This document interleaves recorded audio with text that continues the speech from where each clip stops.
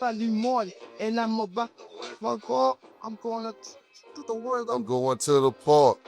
The prices for the freezer, and against the road of wiggles, and the beast roll In the Cadillacs. and the mission, the democrat, and the bucks from the wood. Yeah. That's the key right there. Already. Two more. Yeah. First song about rims. First song about rims. Gold rims at that. Yeah. And open doors of One for you. Hey. Yeah, man. Yeah. Boy, y'all bringing back memories around here. Man. Oh, I'm gonna sweat. I'm sweats like a hog on a daily anyway. When that camera come on, I just start sweating. This is this is very legendary, man. We got the untold story of Bold Blunt. Round of applause for the whole team. Much love. Other legendary. Much love. Much love. Yeah, man, this is Before we get out of this show, Yes, sir. I just want to say, you know, you get your flowers right now. Oh, Every legend Amen. or person that made a statement in this game always get their flowers when they gone. Get your flowers while you're still standing, big brother. Man, I just said that. I was in Florida with my mother. She's 88. And I just said, I was celebrating with her. I said, I want to do this now while she can feel me and see me. So when the time that God take her, I want to be able to be as composed as possible because I knew that I got mine in before God expired her expiration date came about. You feel? So thank you, Red. I love you. You have an incredible, remarkable spirit about yourself. And I can feel when a nigga fake and all your brother shaking. I can feel that right off the muscle, just like most of y'all can. Yeah, straight up. I like you, bro. Tell you right now. Thank My you, mama. brother. Much love to you, man. You know, because, you know, it's like, I don't even believe in calling myself no real nigga or no real brother. You know what I'm saying? I'm a rare dude.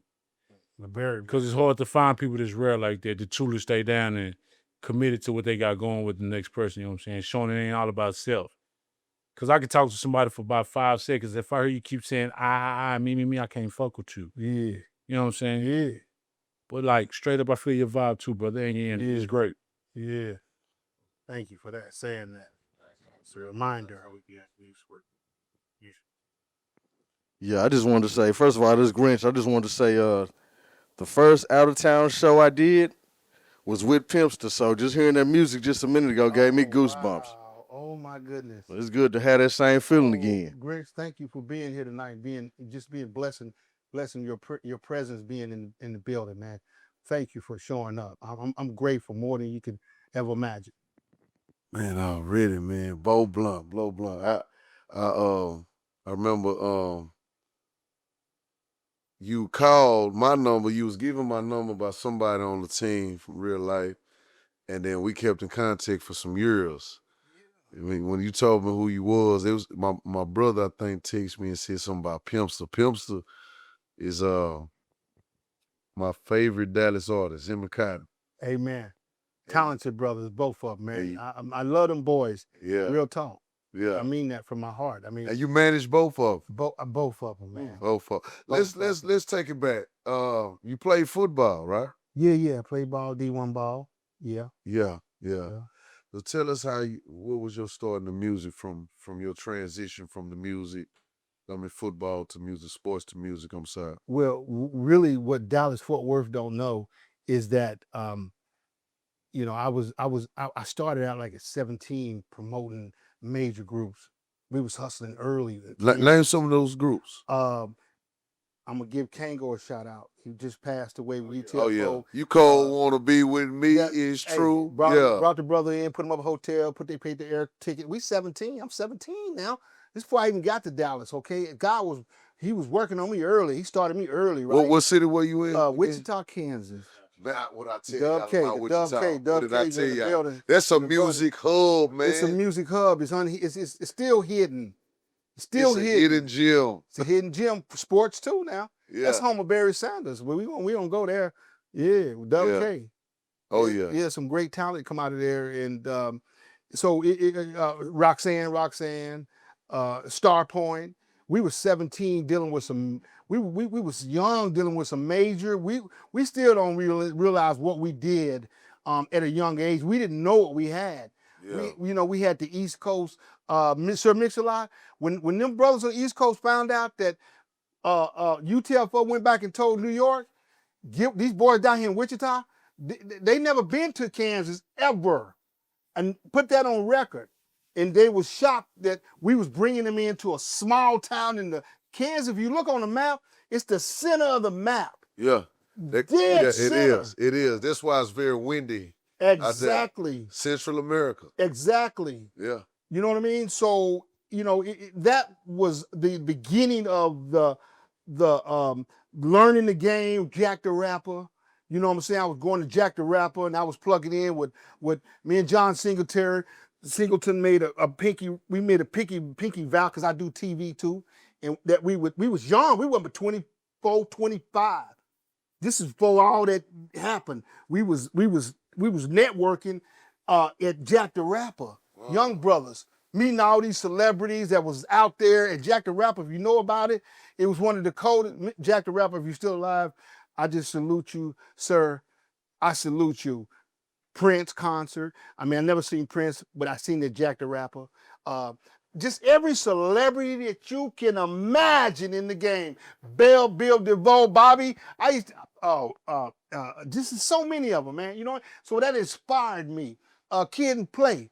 And I want to apologize publicly too. And I get mixed up, but he's the dark-skinned one. For at the Prince concert, I made you get up out your seat because I had to have that seat for the Prince concert. And Prince was amazing, man. And I'm sorry what I did, but I like I told you, I'm not leaving the building. Because I'm going to see Prince. It was a private label setting for number labels. It wasn't even to the public. And Prince had a midnight concert at midnight, and he turned it out. Rest in peace, Prince. So I was inspired by a lot of people before I even got to Dallas. And I never told anybody about it. And when I got here, I met a wife. But when I got here in the city, I didn't know nobody. And I heard this guy, his voice on K104. And I said, dang, I like him. I like his voice. I like his swag. It wasn't swag, wasn't in there. It was something else, whatever. And I was like, I just wrote him. I wrote a letter to him and said, this is Beau Blunt, and I'm working with NFL players, and I'd like to take you to lunch. I love your voice. And he called me. And at that juncture, that's where the seed began, and I went on to manage him. And he is the one that called me about Pimpsta. And I said, man, I don't want to manage no damn rappers. I said, that ain't what I do. Yeah. And he kept on me, please, get his brother, Yogi Boy. Yogi Boy. His name was Yogi Boy. And for everybody that know, I was like, I'm good, I don't need that. But he kept on me. I said, okay, damn it, I'll give it a shot. And that's where it all started with K104, Bad Brad. But let's bump it up. DOC, let's back it up a little bit. When I got there, I went to a party because I heard the radio, and it was DOC, it was the Fela crew, Dr. Rock, let me get it right, Dr. Rock, who was on 104 before Bad Brad, and they had that Fela crew. They fell out. DOC went and hooked up with Easy, and that's NWA, that's how that went. And that inspired me. So that's when I came into 104 and said, I'm going to take over. I'm going to come in here, DOC gone. I'm going to go in there. And when I signed Bad Brad, the coldest white boy, the only white boy I know in black radio that was doing it like what he was doing at 21, I started negotiating this contract. I became his manager. I was one of the first brothers to actually do contracts at 104 with the owner of the station. Wow. And that's where my relationship, they knew I had something special, and they just loved on me and gave me the opportunity to help other people.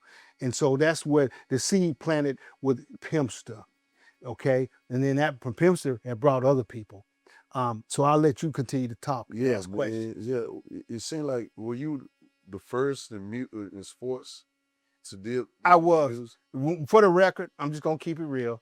I was bringing sports in on the AM, my NFL players on the AM, and I was doing the rap with white shirt, tie, you know what I'm saying, on the AM, and gangster hat, and shorts and whatever on the rap side of the game. So I had two personalities. I wore two hats, and I kept them entirely separated. I did not let them come together at all because that was a clash then, right? So, what is a trick that you did to keep those separated for people that are trying to do that? What's the trick? Yeah. Well, what's like a thing that you would suggest? Well, now it didn't develop where you got like Jay-Z, a rapper that then turned into a sports agent and representing players from the rap game. So he took it to another level. Jay-Z came in and took it to another level, and it worked together. It was evolving. So when Jay-Z actually, P did it before Jay-Z, okay? Yeah, he did. P did it after me, okay? And then Jay-Z took it to a whole nother level, right? So, but it was hard at that time because politics, which is sports, and music don't go together. Gangster rap and NFL sports did not go together, so I kept it separate. So it'd be safe to call you a trendsetter in that, right? Because both of them was like vinegar and water. They wasn't even mixing at the time. So At all. Thank you for that. Yeah. Okay, tell us when you first met Pimpsta,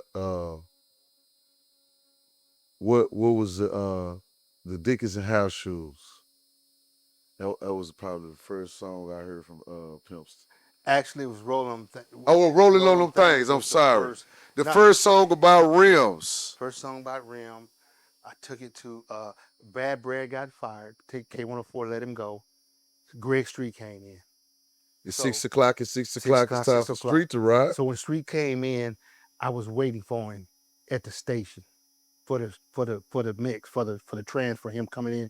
And I was like, I didn't start this with, I can't let go. I started this with Bad Bread. I can't let what I started go. I'm sorry that they terminated me. And I was learned that it was hard hurting me because the station loved Bad Bread. But I learned that this is business. And it hurt me. Why was you fired? White boy's cold. He was 22, 23. He hadn't even hit the pinnacle.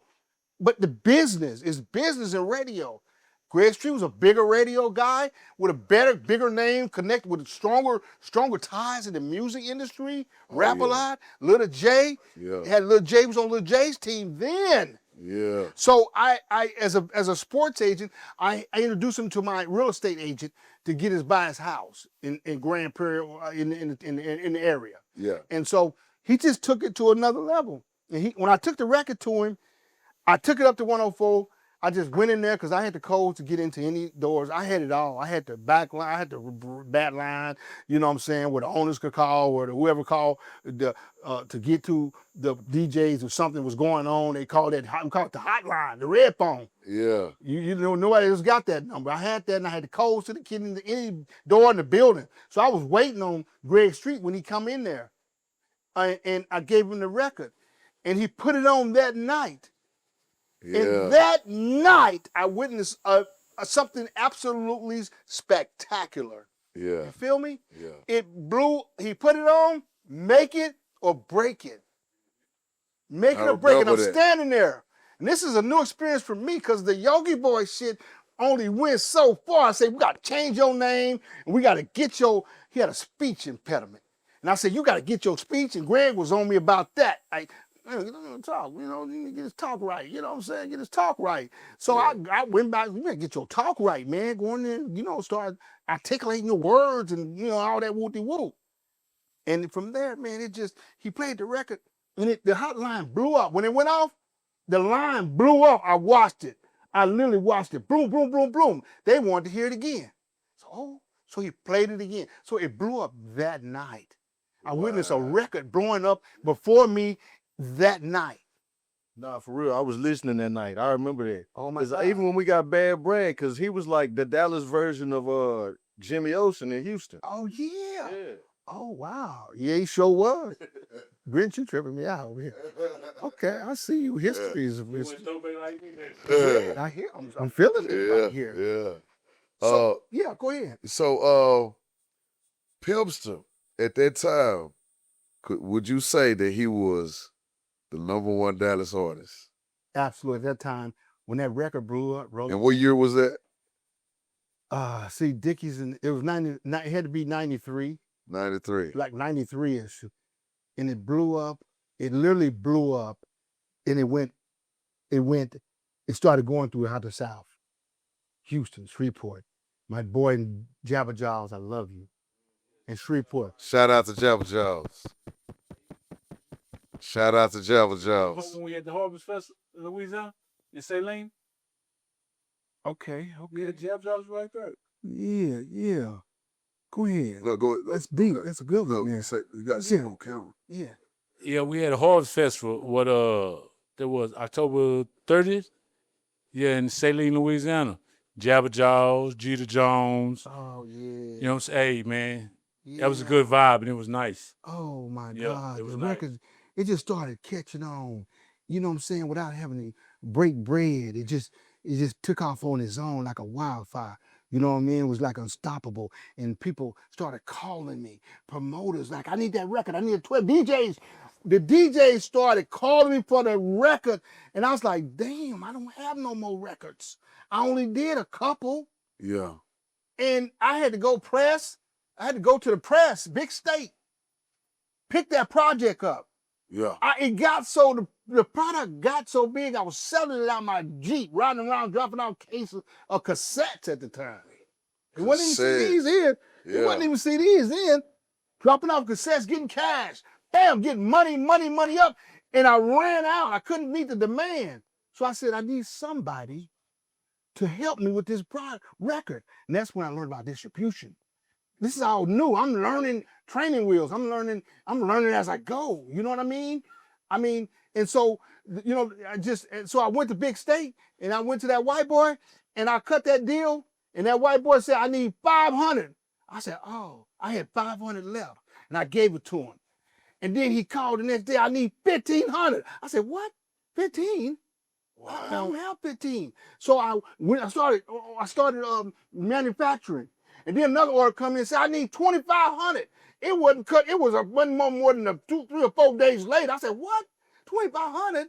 Then it was 5,000. Then it was 10,000. I was like, oh my God, what? And I said, y'all gonna have to handle this. Cause this is before sound scan, so you This is you before don't know sound until they scan. call you and tell you. That's right. And how much were CDs a piece at this time? Well, there was cassettes now. I'm sorry, cassettes at this time. I was selling them, myself, $5 a $5 a pop. So the mom and pops could make a couple bucks. Yeah, $7 is the most. Mr. Blues, rest in peace. I love you. He was one of the meanest mans I ever met in my life.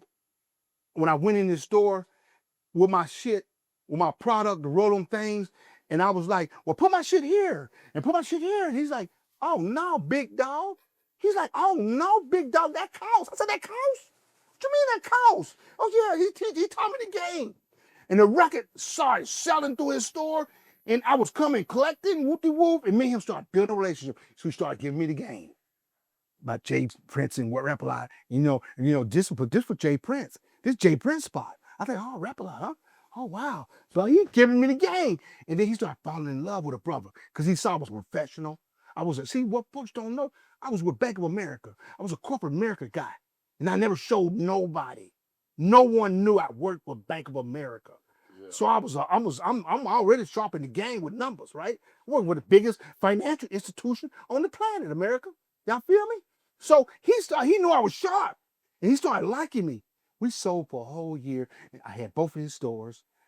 He had 2 locations, then he had 3.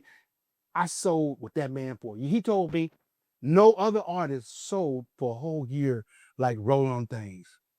Wow. Started blowing up. And then Channel 4 called me. One of these TV stations called me because somebody got killed. Somebody got a young kid killed his cousin and her 3 kids for the gold things on the Beamer. So they called me. I was like, oh, I don't know if I want to do this. I said, these folks crapped up and get me on TV, and so they could sue me and all that. And I ain't responsible for that. Because if you listen to the record, white folks, it was telling you, lock your doors at stoplights. You at the stoplight, lock them doors. If you're riding around them Cadillacs with them good rims, lock your doors. So I had to go to them, went down there and they did the interview. I had to tell them, I'm trying to make it awareness. It was awareness that y'all got to lock your doors. This is what's happening. This was early Dallas. This was early Dallas because that kid killed his people. And it was that song, Rollin On Them Thangs. It hit the media. So I handled that was my first experience dealing with the media. And I didn't want to go because I was like, they're trying to set me up. What? Hey, he's trying to set me up. And it scared me. So I started learning. That's what I started getting educated. Like, okay, so where it is. We weren't trying to do no harm. We want you to know everybody, not just white folks, but black folks lock your doors. I lock my doors at lights today. Okay? Without no rims. Oh, without no rims. Yeah, lives has changed. I want to talk about the follow-up single. Dickies House Shoes. We came back. Well, what happened? Because we can't get through Rollin Things without mentioning Mac 10. Let's speak on Mac If you 10. go on the YouTube right now, you'll see On Them Things. When I realized that, when I seen the video, because I was struggling with my distribution, and my attorney was doing the paperwork to get my distribution right. And so I went to this DJ, I don't want to mention no name, and my attorney had a contract with him, and we did a contract to help me get this record off the ground.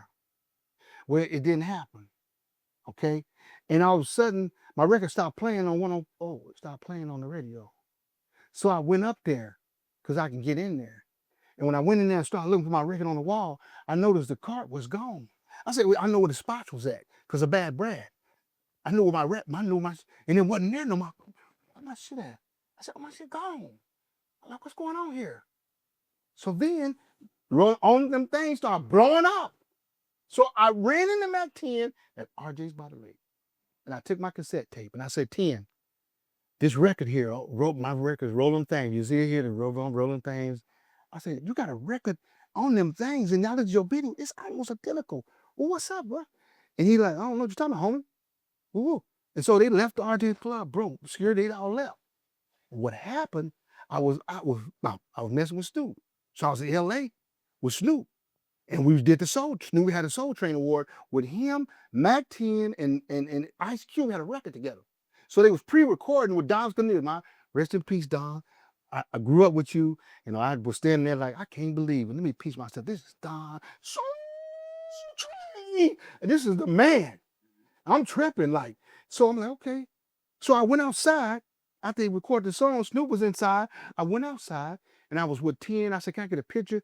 Because I wanted to talk to 10 because I got him one-on-one now. I was like, I'm from the streets too. I like, oh, this is my chance to come to him on a comfortable level. And I said, I'm with Snoop, yeah. So I'm taking a picture with Cube and 10. You know what I'm saying? I got to plug out 10 because he blunt time management. He's like, homie, you got a lot of nerve wearing that shirt. Blunt time. You wasn't pushing no weed on those shirts. None of that back then. They didn't know Blunt was my last name. Yeah. I said, 10. I said, Cube, Blunt's my last name. I said, what? That's pretty, homie. Both blunts. So then I said, 10, you remember me? He said, no, I don't remember you. I said, I was a brother that came to you with the cassette at RJ's by the May. Looked at me. I said, I need you to tell me what went down with my record. And that's when he spilled the beans. He got a call from somebody saying, this brother down here is struggling with his distribution and he can't get out the ground. And he gave my idea to 10. This is a true story on my mama. I don't play no games. I ain't never played no games. I'm not gonna play with y'all. I'm not gonna play with nobody. And so 10 told me the truth. But God had already showed me what had happened. Before he just needed to give me confirmation. I said, I'd be doggone. That's how all that went down. I'm gonna leave that alone. But I'm gonna say, 10, I respect you because you was just an artist. You just did what you was thought you should do to help you blow up even bigger. Into Dallas, coming to the Dallas market. Not to be piggyback messy. off of my record, off of Pimpsta's record, off of our record, and all our sweat and tears. So it worked out good, and I respect you, 10, to this day for what you told me that day. You blessed me. Thank you, my brother. Dallas done made a whole lot of artists in the industry, so when they run out of juice, they tend to pick from what we got going. I mean, that ain't to be messy, but that happens a lot down here. Oh yeah, absolutely. Hey, you want to know why it goes around like that? What? What it said in that good book? Ain't nothing under the sun new. So you got to go back to the basics when there's nothing else for you to go to. You know what I mean? And my brother always tell me all the time, he like, bro, for you not to be doing the music like that, he like, bro, you know music. You know what I'm saying? And I know what fills my soul because I don't like listening to nothing that ain't about no substance. You know what I mean? That's why a lot of these rappers going back to the basics. Like we listen to a dude named Larry June. He's a basic rapper, old school style, and got some hits because he went back to the basics. He didn't forget his foundation. That's beautiful. Thank you for sharing that, because there's a lot of brothers that's out there that's so talented that just never got that opportunity.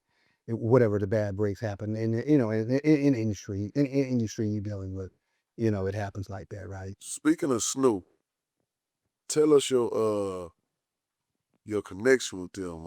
I know you. My best friend from the Dub K, Yeah. since 15, handled Snoop. It was just the way it went down. Suge came to him because they liked the way he moved, and they said, I want to put you on Snoop. They gave him 100 rack to handle Snoop. So he really didn't work for Snoop. Truth be told, and I'm telling you a story, which I love you, but it's a real story. You know what I'm saying? Because you told it to me, so it's real. So you really didn't work for Snoop. You worked for Suge, and he had to be loyal to Suge and watch Snoop. Watching like a hawk, because he was on Suge's payload, right? But Snoop and Suge, Snoop and my buddy became dear friends. Snoop started trusting him. He drove him through the murder trial every day. He's calling me, Snoop in the backseat. You know what I'm saying? He's going to the trial. He's in, on camera. He's all that. He's in the deep with Snoop. Snoop fell in love with him. And he gets like, I got to have you. So he worked for Snoop for many, many years, and he started telling Snoop about me and Dallas. He started, my best friend, Snoop, like, I want to meet it. You know what I'm saying? So it finally happened, and that's how that relationship developed with Calvin. You know what I mean? The young Calvin at the time. You know what I mean? It just grew. He found out I was a sports agent. Snoop is an avid sports fan. So when he found out I was representing the Raiders, and he found out I was in sport, he fell for me like, you thought I was, he really gave me love. Yeah. And I'm loving him, and I'm trying to see if he'll help me get the label going where we can all eat in Dallas. You know what I'm saying? But it wasn't working because he had people. When I went out to his house and I saw all these brothers that he messed with, the LBC crew, Big C Style. I love you, Big C Style. That little, we did that right there. Lil C Style, your brother.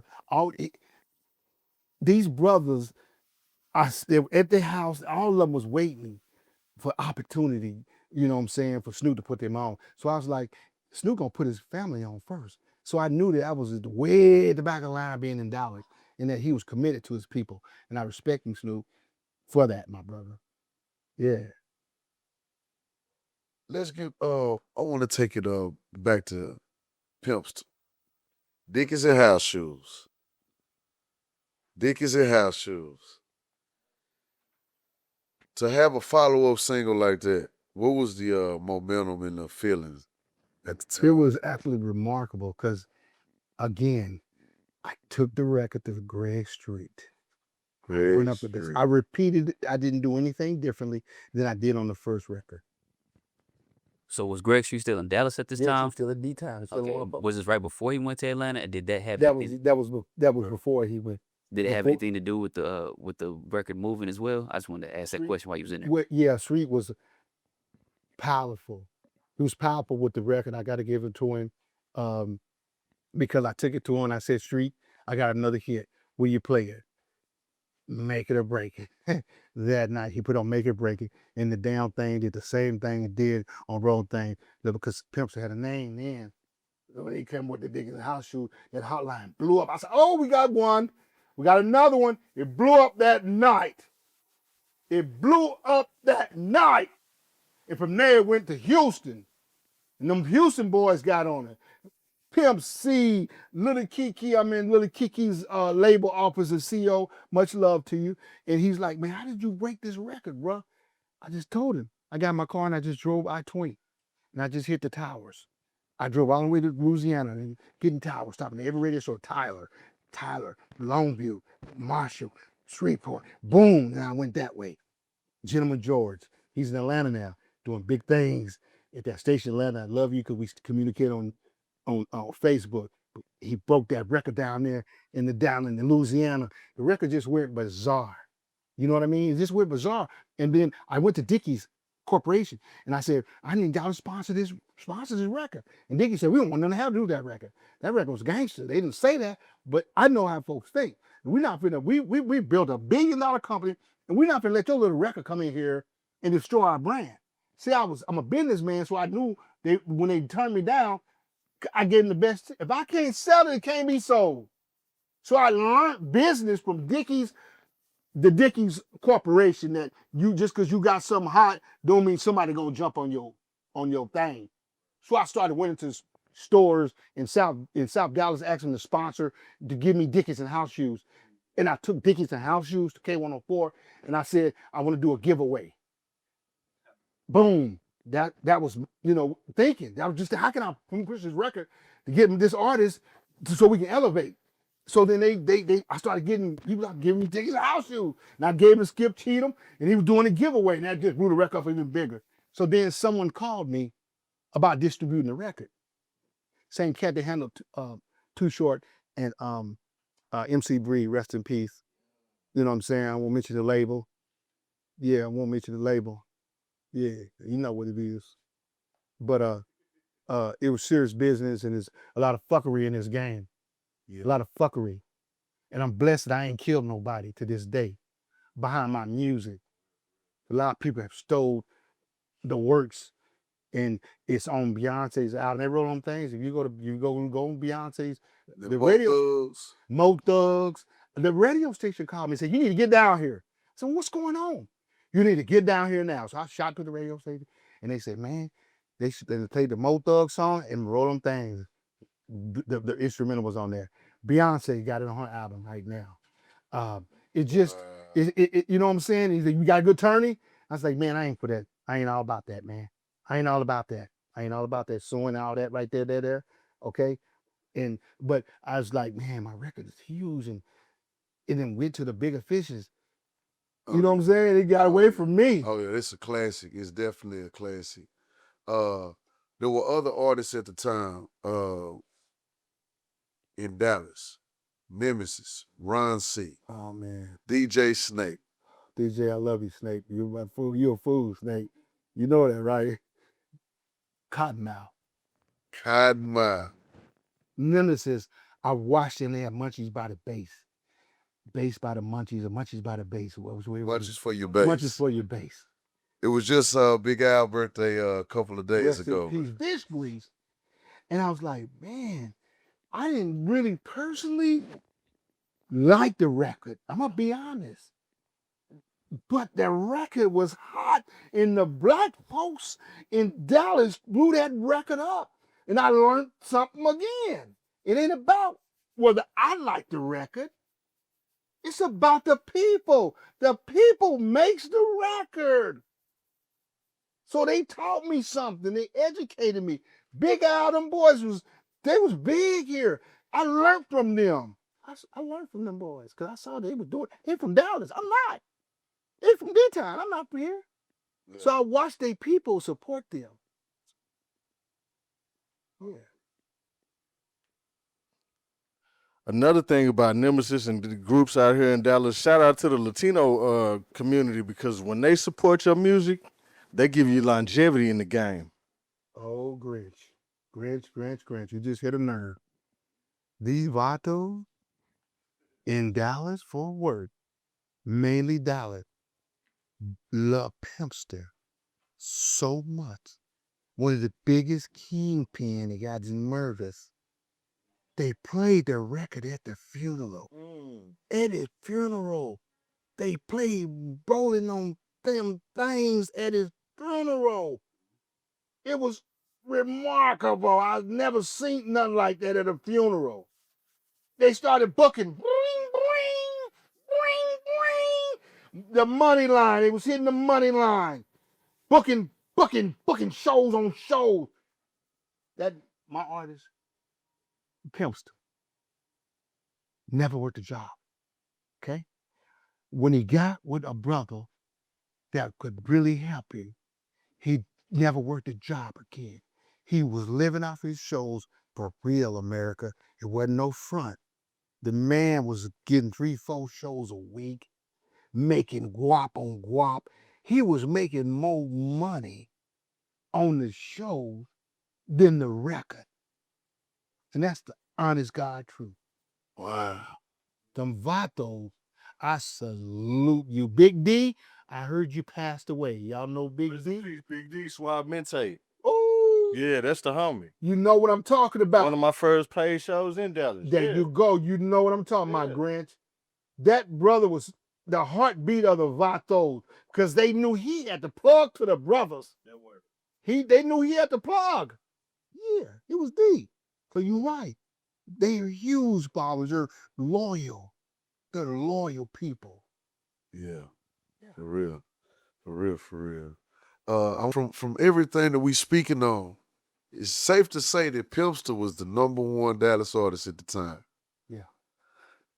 Currently, now, if you ask somebody in Dallas, they would say that Mo 3, Yeah. who we just passed last year, Love Mo 3. is the #1 artist. Love that brother. The connection that they both have is that they're both from McKinney, Texas. They both from McKinney, Texas. I remember Pimpsta shouting out MacTown in his raps. Mo 3 reminded me a lot of Pimpsta. And when I'm in Seattle, because I'm based in Seattle now, I was getting calls and calls about Mo 3. And I wanted to manage Mo. I figured if I could have got to Mo 3, because people was calling, they need you to manage him. Because I would have did something different with it. May God may feel this while I say this. I felt like he would be alive if I could have got my hands on him, because I was gonna hide him and protect him and put a Fort Knox around him where you couldn't have got to him. Pimpsta, child, they all had the same wall. I couldn't get to him in time. I wanted to manage. Mo 3 is the artist that I really wanted to manage in today's time. That I saw he was a Pimpsta #2. He was #1. The kid had absolutely remarkable talent, and we all know that. And I couldn't get to him for whatever reason. I wasn't here. It was long distance, and then I tried. I tried through the studio he was recording at. You know who you are. Thank you for the love, but it just didn't work because I felt like he needed to get all that beef. I was in Seattle. I'm seeing all this beef going on, and it's hurting my heart. Bees, yellow bees, and all this crap going on. I wanted to manage yellow bees. I felt like y'all need a real manager. They're gonna tell you, Negroes, stop this bullshit. I had a conversation with you about you said about Cotton and Pimpsta. They never worked together. Then I couldn't, under my management. This is the early part of it. I couldn't get them boys on a record together. They went on tour together. When I took these boys through Kansas, all kind of tours together. But them boys would not do a record because when Cotton came to me, he found me and he called me. He went to Sound Warehouse and got the Yogi Boy album. He said, if you can do this with this guy, Cotton had a dream and a vision. If you can do this for Yogi Boy, you could blow me up like the World Trade Center. So that's how that Cotton thing, and when I heard him, and I said, oh, he's 16 years old. He was a minor. I had to, hey, Mama Cotton, I love you. I know you love me. I took care of your sorrow. You know it. And that's the bottom line. Jesse, I took care of him. I took him everywhere. I got him out the hood. You'd be dead if I got him a hood. Him and Dizzy D, his partner Dizzy D. Then you had a partner in Dizzy D that was cold in there, Cotton. You know what I'm saying? The boy was cold, but he was in them streets so hard. Picked him up one day, shooting at somebody. Pow, pow, pow. When I come to pick, I said, what are you doing? Get in the car. You know what I'm saying? And it just tripped me out. I knew that these young boys had no leadership. Single mother, no man in the house. And Cotton, when I heard it, I was like, this boy here is so raw. He was so colder than Pimpsta. I'm going to tell you right now, and everybody know, and I caught hell, why don't you give Cotton a shot? And it went on and went on. He played back role to Pimpsta because Pimpsta had them one hits. that doggone one-hit record, Rollin On Them Thangs, then it came back with Dickies House Shoes. Cotton didn't have a chance. And then it's on when the club closed. Oh my God, it was on when the club closed. I forgot about that one. That was I remember another song that raised awareness. I remember being in my cousin K104 room, man. Me helped play my cousin Playboy, listen to Water, Lay Off That Water. A lot of murders that war. A lot of went murders. down behind that drug. Oh my goodness. We did a show in Texarkana, packed out. Them brothers was on that Water. They showed up because they loved the record. They was on that Water, and all hell broke out. All hell broke out in Texarkana. And I said, this what these fools is crazy. That Water. Yeah. He was trying to get a message. He Lay was. out that Water, man. Yeah. It was the one thing I loved about Pimpsta. He was a hook writer. He was a hook master. Cotton didn't have that, and I couldn't touch hooks. Is when I learned about hooks. Hooks get you paid. That's what I learned, and that's why I never could put Cotton. I gave Cotton a shot, but that damn Pimpsta kept coming with them hooks, and them hooks. I put Pimpsta on the back bubble for Cotton.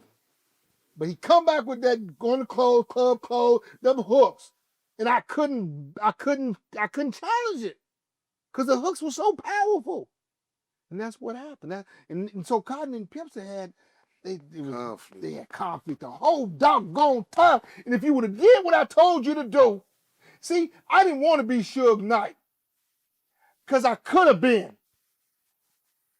If you know my history before I got here, you would know I could have been.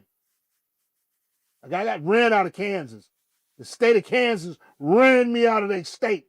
You think you hardened gangsters? No.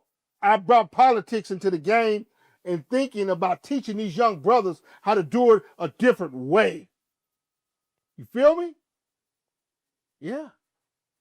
And that's how that went down. So you said you've been in the Washington area. Yeah, Seattle. I left Dallas and moved to Seattle.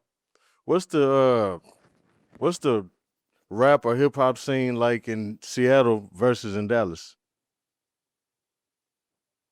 It ain't. It's so weak. And y'all know I'm keeping it real. You know, I ain't gonna play with it. I'm gonna call it like I see it. Y'all know it. That's why y'all mimic the South. Y'all love the South. It's 98% white folk up there.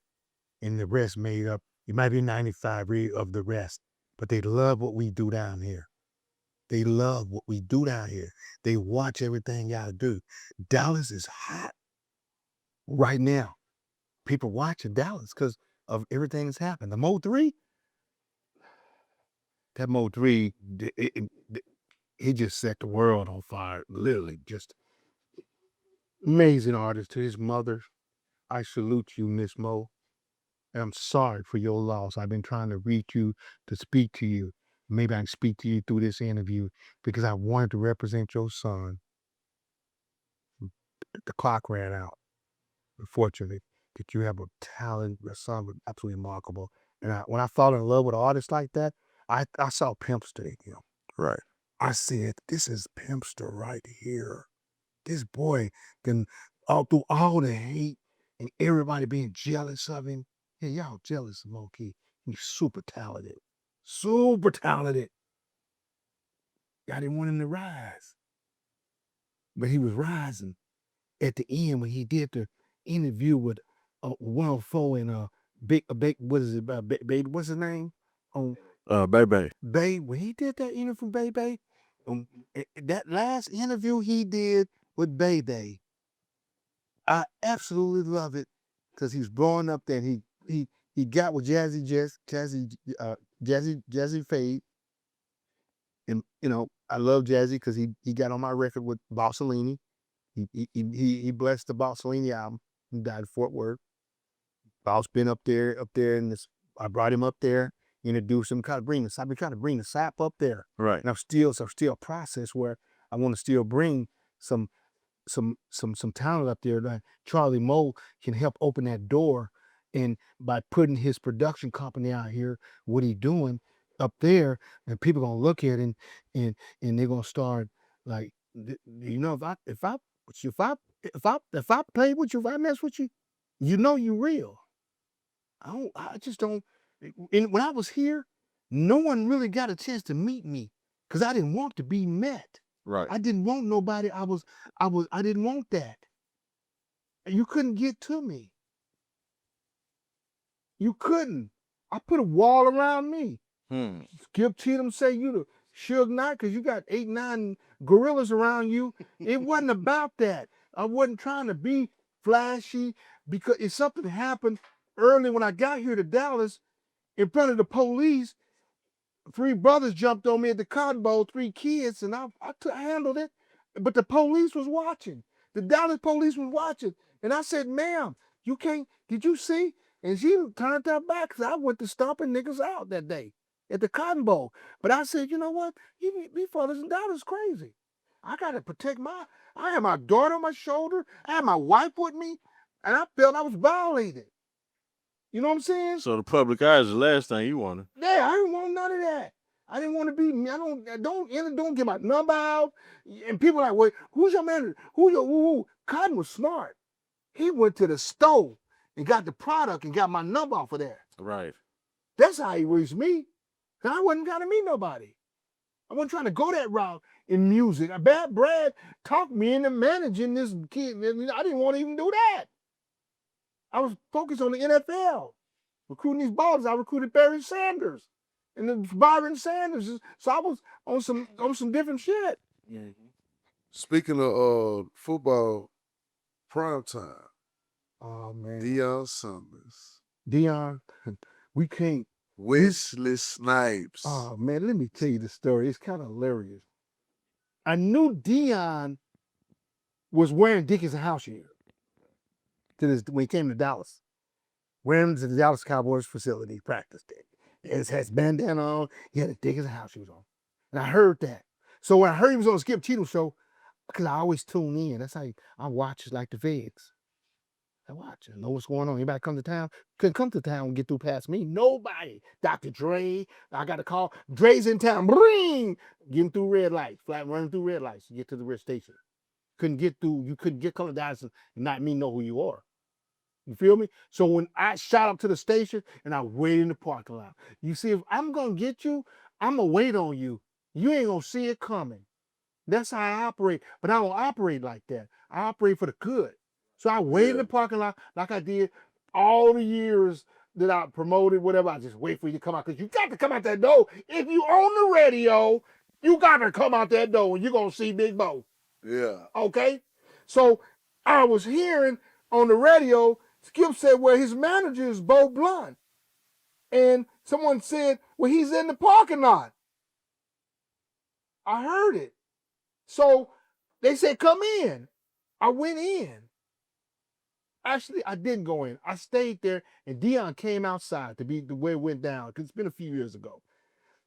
And he said, I want Pimpsta to open up for my grand opening of Primetime 21. I said, well, I got to have a limo, and I got to have some rats. You Primetime, you got money. And Prime, you cheaper than a motherfucker. I'm going to curse on camera right now.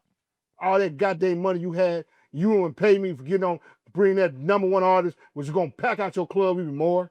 You wrong, Primetime, but I love you. You the greatest. But you looked me in my eye that day, and you said,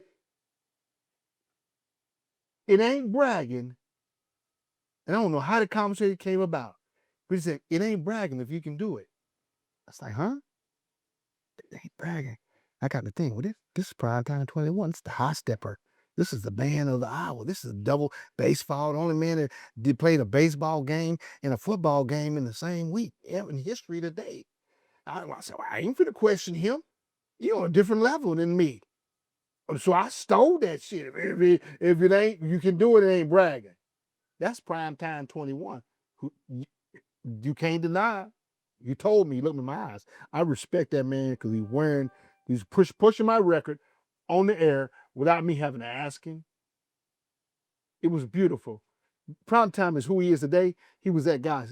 We love you, Prime Time. And I'm glad that God didn't take you from us with all you was going through. And you're here to do what you're doing. And you changing the game now in football for all these black kids. HBCU. Yes, man. I salute you. I salute you, Prime Time. It ain't bragging if you can do it. Okay? Yeah, fellas. That's real, brothers. My son, matter of fact, who's in the building right here, played on Prime Time's team. He coached, Prime Time coached that young man right there. Back, come sit here. Come on over here, sit here. Yeah.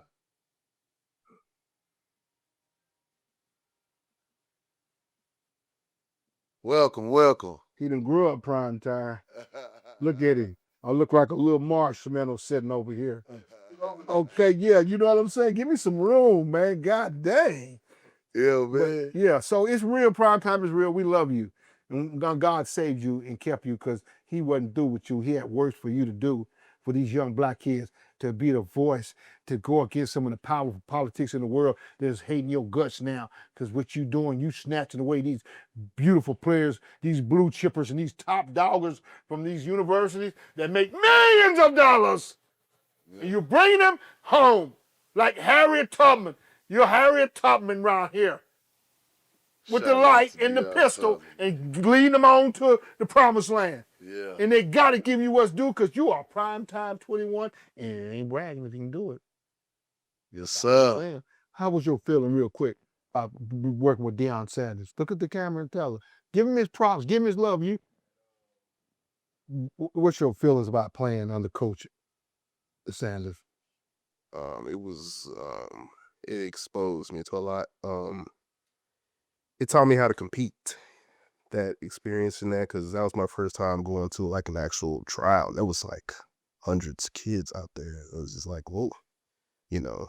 So being able to go out there and compete against other, athletes that wanted it as, just as bad as I did, kind of opened my eyes. And once I made the team and we started, evolving and developing, it opened my eyes to a more bigger platform because we went to a camp. I remember our first camp, we went to Texas A&M Commerce. We stayed there for a week. We practiced. It was actually on like a college. He put us on an actual college schedule. Like we went to class, lit the class, went to practice, ate, sleep. It was preparing us for the next big thing. So What's like the age limit for the camp? Oh gosh, the age limit. I was trying to see how old I was. 'Cause I was in 8th grade. Yeah. I was in 8th grade at the time, or so 14. 14, 15, something like that. So he been branding these kids at an early age for a while, man. He ain't just pop up like popcorn. He's been in the making with these kids, and that's why he head coach now. And everybody in America gonna want that man to coach their universities to be one. They're gonna try to get him from where he at now, get him away from and get him over there so he can help those, you know what I'm saying, help the other kids. But he need to keep staying focused on our black kids. So we're behind in a lot of ways, and we need mentorship. Like a Deion Sanders ain't scared to talk because he done been on TV. He done did the thing. You can't touch him. You can't hurt Prime Time. That he don't care. He's a smart man, and he's one of the greatest athletes ever to come through the universe. Ever come through the universe. And I'm honored that you blessed my son and you taught my son. I'm blessed. Thank you again, Prime Time. And thank you for coming on the set with me and hanging out with Dad. No, they got this segment. I forgot why I seen it, man. Pimp C stories, man. Please tell us about your experience with Chad Butler, the great Chad Butler, Pimp C. First, let's go back to Cotton. We cannot leave Cotton out. Because Cotton, if you go on the internet now, you go, I'm satisfied. That was the record. Before C really blew up. We got him in there for a couple $100, and some lick, and DJ Snake put it down and Cotton. It all happened. Mark with Youngster Records rest wherever you at, you still alive. I love Mark. You handle business. You one of the brothers that I respect. That you treated me awesome. I was managing under Youngster, under your label, which was very a new experience because I had my own label. So Poison Gangsters, PKO, Pound Keys and Ounces Out of San Antonio. out of San Antonio. He helped put that deal together to get C in there to drop that record in North Dallas, and DJ Snake produced it. And it's still a hot record. But then as we moved on down the line, Pimp C mother took me on her wing. Mama, rest in peace. She took me on her wing and she taught me how to book. I had already been booking, but I hadn't been booking on the level Mama was booking on. You know what I mean? So she took me through a month of training and teaching me the game, the writer game. Mama taught me the writer game. Because if you ever seen Pimp C's writer, it's ridiculous. It's one of the ridiculous, he's one of the most ridiculous artists I've ever seen in terms of his writer and what he wanted. And you had to have it. If you didn't have it, if the sound system, squeak, he ain't coming out. And you'd have paid him all this money, he ain't performing. Ask James Price. You remember that show at the Bronco Bowl? Yeah, with Too Short, us, and Cotton. Yeah, Pimp C is an animal. He's an animal. You breach his rider, you're in trouble. Right? It wasn't Bun B, it was Pimp C. Right. Chad. So let's moving on. He went to jail, got out, and he moved to Cali. Pimp C loved Dickies and House Shoes. See, this is when I knew the record was so, he knew about Pimpsta. There's no way around it. Pimpsta, Pimp C. Right. Got a lot of confusion over them two names. Right. You know, people want to book Pimpsta. They thought Pimpsta was Pimp C. And there's a lot of shit that happened that could have went wrong over the contracts that was going down because they thought Pimpsta was Pimp C. And my contract clearly said Pimpsta. I don't know, y'all wasn't reading the contract. I don't know what the hell the problem was. It was clearly, you know, if you read the contract, it stayed Pimpsta on there. So fast forward, he's in California. He's just getting out. He's in Cali. He's with his probation officers, whatever. He's got a report. So he wanted to do the record. He wanted to do the remix of Dickies and House Shoes. 2000, whenever he died, it was that year. He had finished the track. He called us from his the office, and I thought that was strange because C ain't gonna never do nothing like that. That puzzled me. And he put us on the speakerphone, and he was letting his parole officer know he's working. And I got my people on the line. Yeah, I'll get the beat. I'm getting the beat done. You know, I just got the beat. You know, woo. You know what I'm saying? And I was like, Pimp C doing this? That tripped me out. Because he don't do that. Not the CI that we knew. You know. He was a changed man or something when he got out of prison. I don't know what happened. But I loved it. Yeah. So he calls us one day and he says, Pimpsta, I was on the phone and he was talking to Pimpsta, but I was on the phone. He said, Pimpsta, I'm a hog. No, Pimpsta, I ain't no hog, I'm a boar. I said, boar? I said, boar? I still use it to this day. I said, I use it, I took it out, I'm a boar. I ain't no hog, I'm a boar. I come from Pimp C, you come from Chad. He said, I almost got the record done. I'm gonna drop my 16. Dickies House Shoes remix. I said, Lord, thank you, Lord. Pimpsta got a chance to blow back up. We all got a chance to do the damn thing. Then 2 weeks later, he died. He dies in the hotel. And I was like, God, he's just amazing individual. You know, and that was my story on Dickies and House Shoes with Pimp C. He was doing a remix and he took it to his grave. Wow. He took them 16 bars. I want to dig you up. No, I have no respect and get them 16 out of you. Because you were one of the legends that we all, you know, you set the pace. Pimp C set the pace. Wow. In the South. Oh yeah. You feel me? He set the stage, right? Yeah. So that I had to give him him and his mother Both Oh, of them, I yeah. give them, I salute you and I honor y'all. One more thing about before we get out on the music. Honorable Chad Butler, you had an artist that after Tupac passed, Mm. under the name of Chocolate Bandit. Bandit. I was Tell us about reading the newspaper, the Star Telegram, and I was reading the entertainment side, and he had the whole front page, and I'm reading this, and I was like, what? Artists from here? And I never heard of it. How you get past me? And I'm reading this, and 3.2 million? I'm like, how did this happen? And so I called K104. I said, y'all know about this guy named Chocolate Bandit? They said, yeah, he's here now in Studio B dropping some drops. I said, you keep him there. Do not let him leave the building. Now, boom, hit the gas, 90, get in there, got in there, and I introduced myself, and his daddy was in there. And I said, I want to represent you. And his dad said, that's Bo Blunt? He said, son, that's Bo Blunt. He would start tooting my horn. I felt great. Wherever you at, Pops, love you, because it wouldn't have happened because of you. You made that happen. Thank you.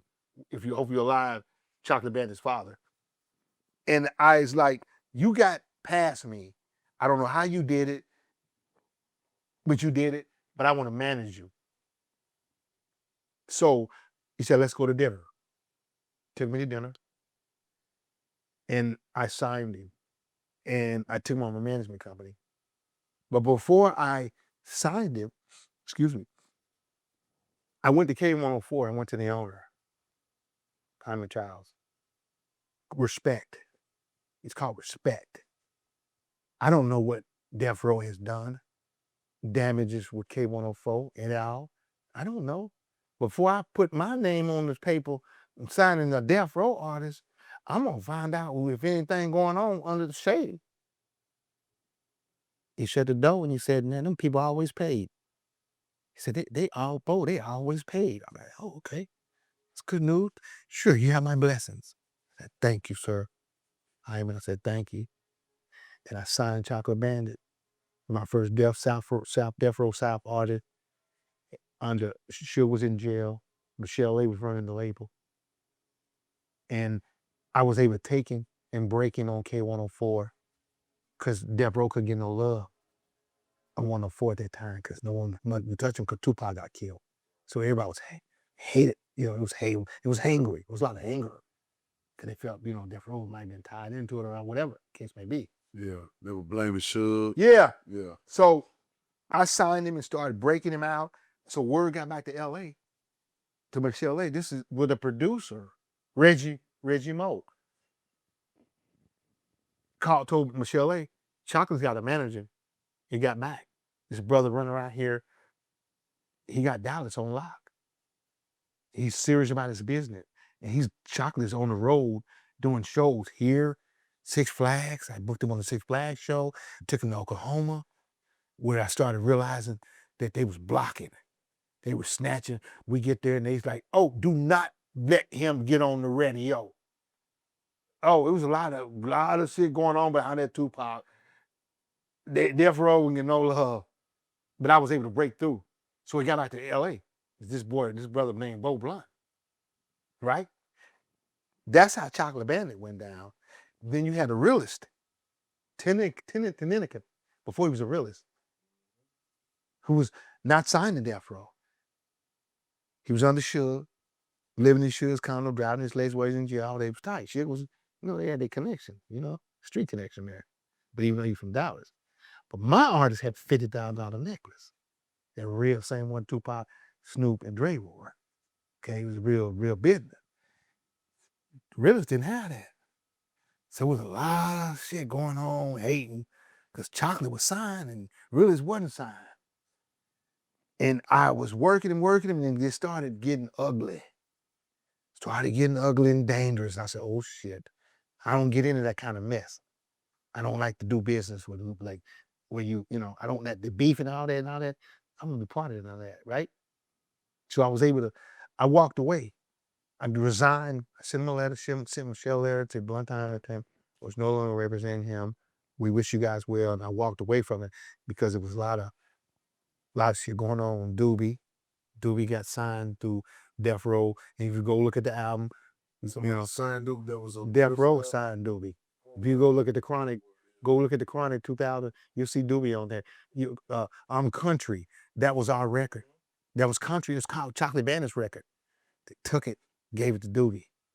You know what I'm saying? Yeah, fuck with Doobie. I helped start Doobie out. It's like Chieffer rode my back seat. Chieffer wasn't even old enough. To go. I had to talk to his grandma to go on the road to Kansas City with me. Okay? I've been around here a long time. Y'all just don't know me, but you know me now. That's that deal on Chocolate Bandit. But what people don't know, if you go look at the gang-related album, Tupac's last soundtrack, we're on there. We're on that album with 6ix9ine, Vivica Fox's ex-husband. Yeah. I've been around, there's some shit, man. I've been underground. All my shit been underground, and I just never I didn't sell my soul to the devil. I did like Chappelle when he ran. That happened to me in 1999. I didn't realize what the Illuminati was. I mean, I didn't realize that I was being, I don't want to call it blessed. That was who was letting me out the limos and all the hoes and all the show. I started figuring it out when I met the big dog, and I knew then what it was. Yeah, but this is deeper than more. It scared me. It really scared me that I knew I was dealing with the devil.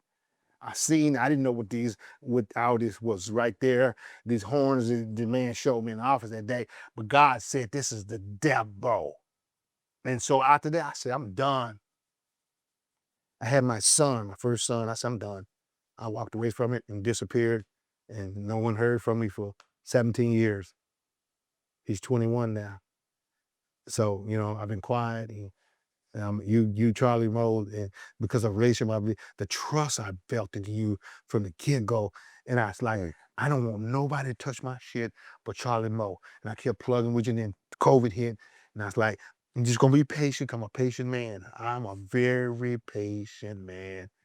I waited for you because I felt like if there's one person one person gonna touch my shit, that's Charlie Moe. My story. Man, I'm grateful.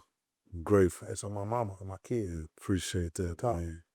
I'm glad we got to connect, man. This is a lot of history. You just told us, and the city finally gets to see and hear the untold story of Bo Blunt. Yes, sir. You no more blunt than that. Oh, man.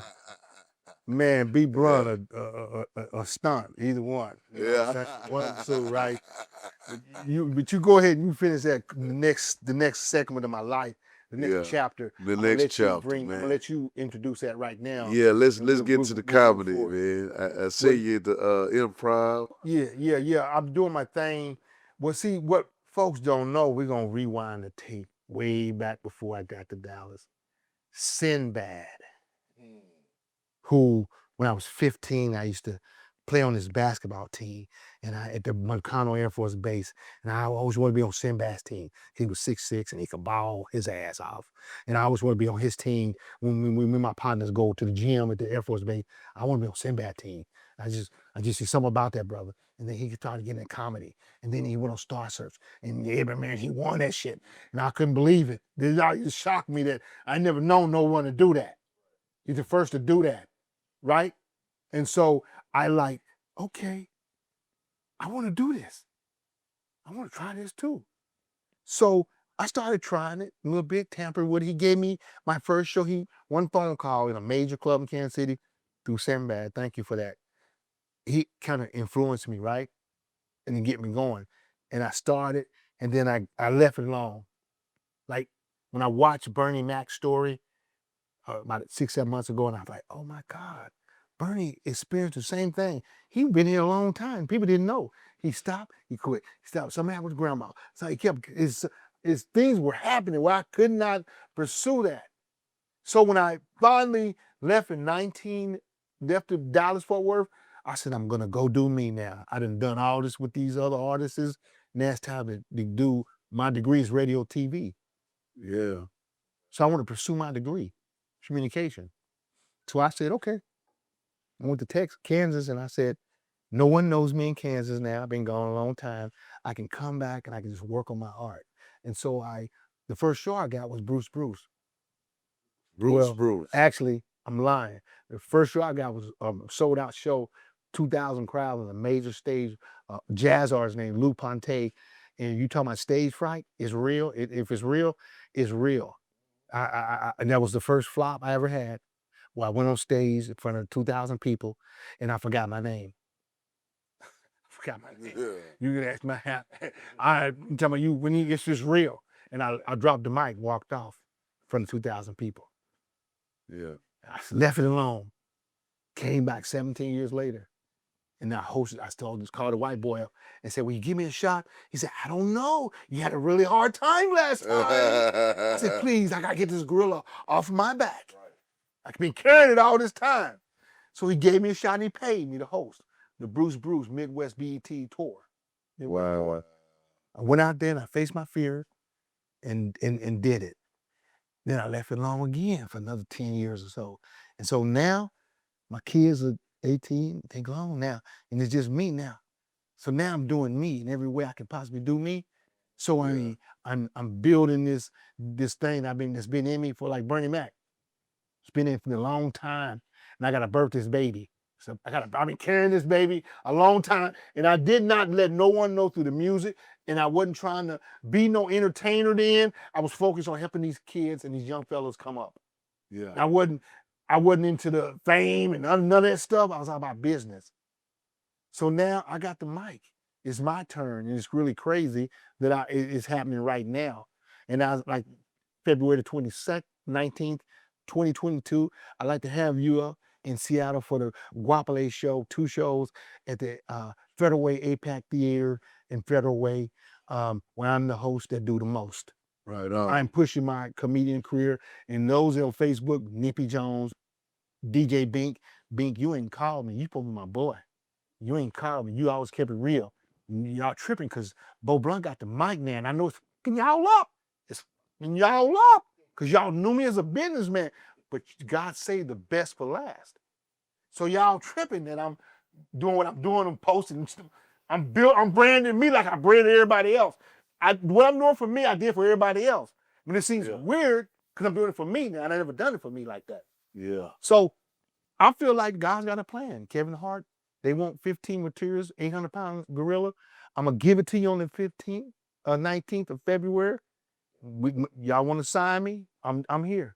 But that's where I'm at. I'm taking this next step to the next level in my life where I'm doing me and where I can help more people.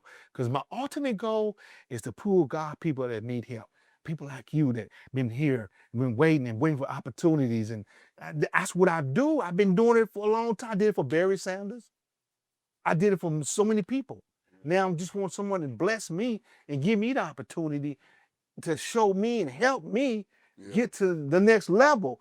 And that's where I'm at, building my comedian B.I.G., a.k.a. comedian B.I.G., a.k.a. Jackson 7, the lost Jackson 5, the brother. Joseph Jackson kept me in the closet. You know what I'm saying? I'm out the closet now. I know y'all tripping. This nigga's doing comedy? Bo Blunt don't do comedy. He's a manager. He's a record agent. He's a sports agent. A.k.a. the Black Jerry Maguire. Show me the money. Yeah, man. Show me the dinero. That's where I'm at. Charlie Moe. Yeah. You come up, you're going to get to see and witness on the 22nd, 2019, February 19th, 2022. And I want to help grow your brand in Texas and let the Pacific Northwest know what you're doing and support a black business. White people, it's time for y'all to support. And I'm going to give y'all some real good February history showcase. It's time for us to start getting more blessings. We've been behind, and we still behind. It's brothers like you, your partner right here. Oh yeah, been man. with you Letters, forever. man, from Dallas View. Shout out to Dallas View in the building, man. You heard me? The media group. We had a conversation while y'all was gone. Yeah. He told me you his partner, and y'all go way back, and he want to be a part and help the group. To see, that's what we don't do. We too busy, pop, pop, pop, pop, I want to kill each other and do all this other crazy shit and hold the next black man down. White people, they hate each other. They can hate each other, but they gonna break bread and go on about their way. Bill, you go your way. Bob, I'm going my way. Okay? We don't do that. We can't work with each other without killing and hating and stabbing and undermining all that bull, that BS. Being emotional. I love him when he said that. That's what we need in our circle. Appreciate it. Thank you for being here today. We thank you for being here, man, and giving us the opportunity to let your story be told. I'm so grateful. And I asked God to to use you. I asked him. I've been waiting patiently. Thank you. And we here. I'm shocked. We here, baby. We here. We talked about it so many times and manifested, and it's real. And guess what? The story is not over. Boy, you heard that. Did y'all hear that? The saga continues. Saga continues. And I got to plug Dre. Because if I don't plug Dr. Dre in the rap game, I'm shorting. Because I gotta tell this part. Dr. Dre was at 104. The greatest producer that I ever seen. He influenced me on that NWA album, that first one. I'm always into something. I wore the tape out because I put it on repeat. I played it over and over, and I started living Dr. Dre. I started dressing like him. So when I heard he was at 104, I got the call. Boom! I hit the gas. We got there. We got through the codes, went in there, and just waited because I went inside. I wasn't waiting in the parking lot this time. And I didn't wait. I said, "These brothers are slick. He might go out the back door. Yeah. I'm finna go in here this time and wait on him when he come out of Studio A. If you know about Studio A, then you know what I'm talking about. I stayed right there in the corner by the door. I was standing right there. And he looked at me, had all black on, just like he were, because we're all black. And I told him, I honor you, and you influenced me so much. I'm a gangster hat on, I'm all black on, and I'm standing in the corner, I'm a big brother. And he looked at me, and he kept staring at me. I approached him and introduced myself. He said, "Man, I thought you was a Green Reaper." That's what Dre told me. I thought you was a Green Reaper. Oh, I felt good when he said that. I ain't with that, but I'm just saying, for him to say that to me, it was a meaningful moment. Respect. And I gave him my number. I introduced myself. He gave me his information when he just formed Aftermath. But I knew that there's no way that he would sign Blunt Time Records. And the reason why I knew is because with everything, all that he went through Suge Knight, and he looked at me, another big brother. No. Dre ain't finna do that. Dre ain't finna do this. Another big brother right here. I am not going back down that road. And I respect and honor him because of what he went through. Even though I'm a great brother now, we're totally opposite Suge Knight. We operate totally opposite, entirely. He had his way, and I had my way. What little people don't know, Suge Knight wrote the bench at UNLV. When I was balling, he was watching me ball while he's at the bench. Yeah, do your history on Suge before all this rap stuff. I've been here all wrong. I'm just as hard as anybody else, okay? You let success take you the wrong way, it'll take you where it took a lot of these brothers. And I wasn't willing to do that because he had a solid mother and father from what I hear. I never met him, but I had solid parents. So my values stayed intact. And that's why I'm here today, because I could be dead if I'd have got caught up with this, because it'll get you caught up. It'll get you caught up. This rap game will make you do some things you don't want to do I call it the devil's playground. That's what I call it. That's his dump. Man. Bo Blunt, we appreciate you for coming out, man. Thank you. Live here. I thank all y'all in this building. You brought your people. The love y'all gave me today. Man, I almost want to drop a tear, man, because it's deep and you got my heart and you got my soul. My boys was here. That's why when you came through the door, I searched you because I'm a security. I've been doing security. I've done security for Alexander O'Neal. Roger been on my shoulder. Zap, rest in peace. I've done security for a lot of people. Snoop, I protected his ass too. By the way, when we brought Snoop to the Primetime 21, when he came for the Lollapalooza tour, he said he wanted to go out. So I said, okay, I can make it happen. He said, no, you can't need to have my partner say, yeah, he can. This is his city. I called Skip Cheatham up, bring on the hotline. I said, I got Snoop with me. He tripped on that one. We should leave it at that, Trevor. Boy, you already know. Okay? I said, I just gave the phone to Snoop. Blah, blah, blah. Because then I let the power do the talking. Shut me up. I'm nobody.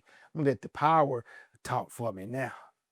Pass the phone to Snoop. Boom, boom, boom. I called Blackberry.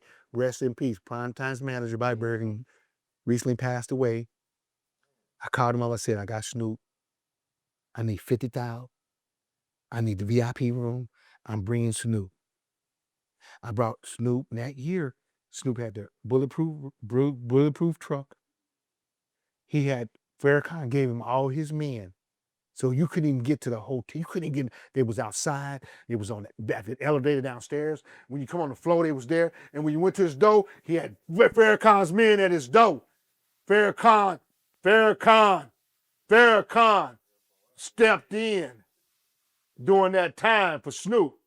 I was there, I know. You feel me? So I took them all up there, orchestrated all this deal. And prime time had probably never been packed. And that was a night. Well, the grand opening was a night where Wesley Snipes showed up on that Pimpsta show. And I was at the bar. And I stepped back on a brother's toe. I don't know who it was. And I turned back, looked back, and it was Wesley Snipes. I said, oh my God, Wesley, I got some towels. Remember, I'm sorry, Wesley. I know you blade. Don't kick me in the head now. Okay, let me get some napkins. No, brother, these $1,500 shoes. Wipe the shoes off. First time I ever met Wesley. You know, that quick cameo with Wesley, but I'll love it forever. Because, you know what I'm saying? Just some great experiences in life, man. Yes, sir. Yes, sir. Beyonce. Did we talk about that? Yeah.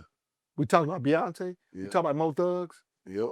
The record, Yeah. all that Rollin On Them Thangs is on their albums. Yeah. Yeah, it's on their albums. You go find it. It's there. So that record was that big. It influenced America. Man, shout out to Pimpsta, man. Pimpsta. People want to know where he at? I moved him to Spokane. Well, don't worry. He's in Washington State somewhere. He's in Washington State. Yeah. So he's still out there living and doing his thing. And we got some things we might drop the video on Dickies House Shoes. Well, we definitely want to shout out Pimpsta, man. We love you. Kottonmouth. Cotton, you know what? I love you, Cotton. Mars. You know I call you Mars. I love you, Mars. You know that, right? At the end of the day, I love you. Your mother, I love you. Kitty Wang, I love all y'all. We family, no matter what. And you can always eat off my plate, always. We eat together. I love y'all. Charlie Moe, thank you. Grinch, thank you. The producer, the man behind Charlie. Littles, man. We got Dallas View. Man, y'all heard it. Say it again. Dallas View. Dallas View. Building!